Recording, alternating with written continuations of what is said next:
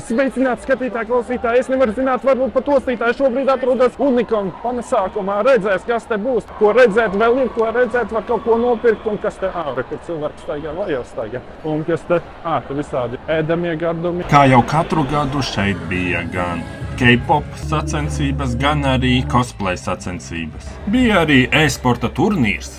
Pasākums ilga 2 dienas, es apmeklēju 2. dienas jau novakarē.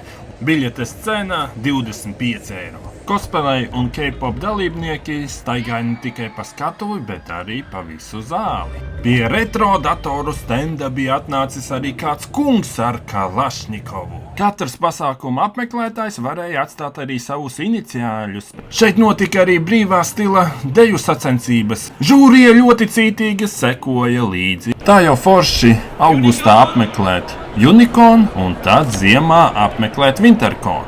Kā lai saka, tad līdz